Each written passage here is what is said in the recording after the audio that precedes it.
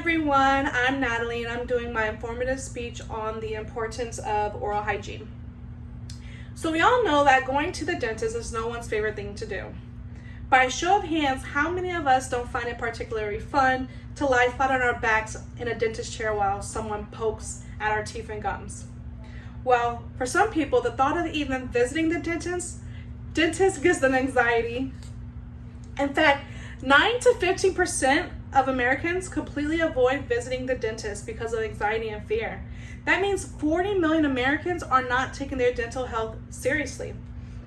In 2018, according to a recent DentalVox survey taken by 18,000 people worldwide, 61% of the respondents said they suffer from dental fear, and almost 4% said they never even been to the dentist. Today, I will inform you on the ways to improve and maintain good oral hygiene and hopefully reduce any fear that you may have. Educating yourself on the common dental problems and their causes can go a long way in preventative care.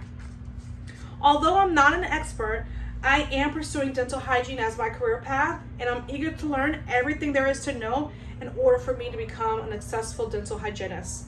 I have done extensive research, and the knowledge that I'm going to share with you today, I got from the ADA, which is the American Dental Association, as well as CDC, the Centers for Disease and Control and Prevention, just to name a few. As I go through my speech, I'm going to list the steps to maintain good oral hygiene. First, I'm going to explain how oral hygiene affects our systemic health. Second, I will demonstrate how you can improve your oral hygiene habits. And third, I will discuss how not going to the dentist can actually be more expensive than going to the dentist. So we will now start off with how oral hygiene affects our systemic health. Let's start off with the basics.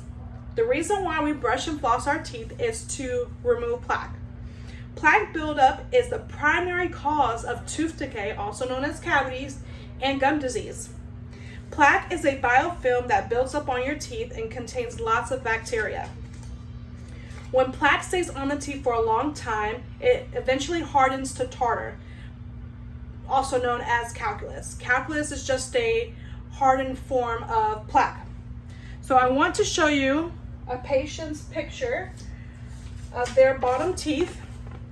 Okay, this is a picture of plaque and tartar. As you can see, the plaque is down here and the tartar is around the teeth. So this is what plaque and tartar looks like, calculus. Okay. When tartar stays on the teeth for a long period of time, it causes redness and swollen gums, which can also bleed. This reaction causes the gums to pull away from the tooth. You can experience bone loss, and teeth may even get loose or even fall out. And this, my friend, is the beginning of periodontal disease. I have a picture here of a patient that has periodontal disease. As you can see, the gums are red and swollen. Okay, you can see the gums pulling away from the teeth. Okay.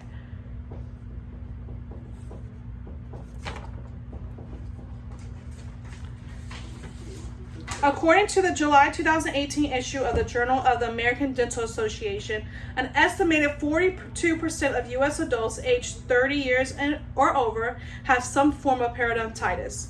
Some other common dental problems and warning signs of periodontal disease consist of bad breath, mouth sores, tooth erosion, tooth sensitivity, toothaches, and oral cancer.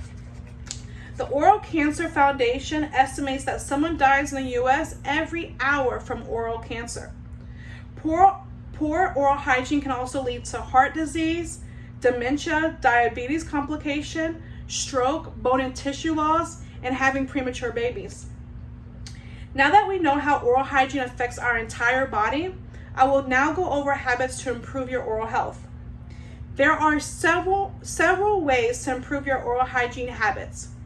The number one way to keep your mouth healthy is by brushing and flossing daily. Brush your teeth and tongue twice a day for 2 minutes a day using fluoride toothpaste.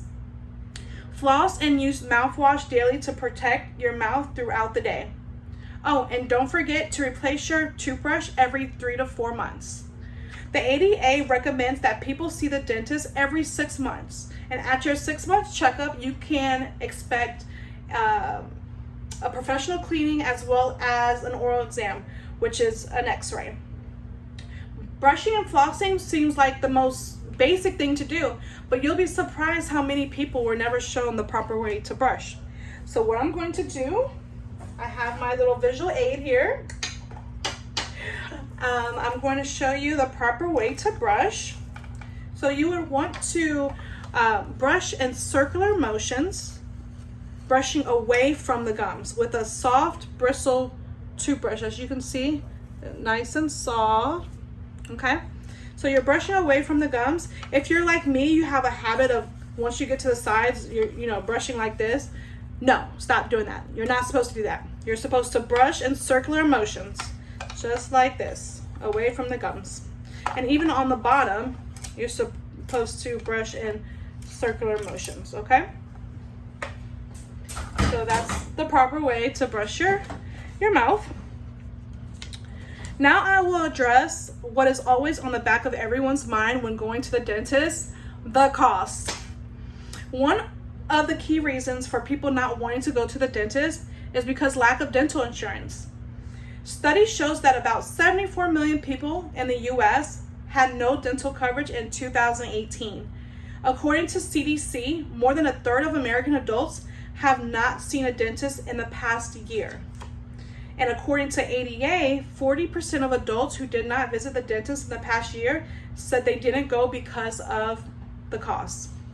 By the way, did you know that most dental insurances cost less than $20 a month and covers 2 annual cleanings and x-rays?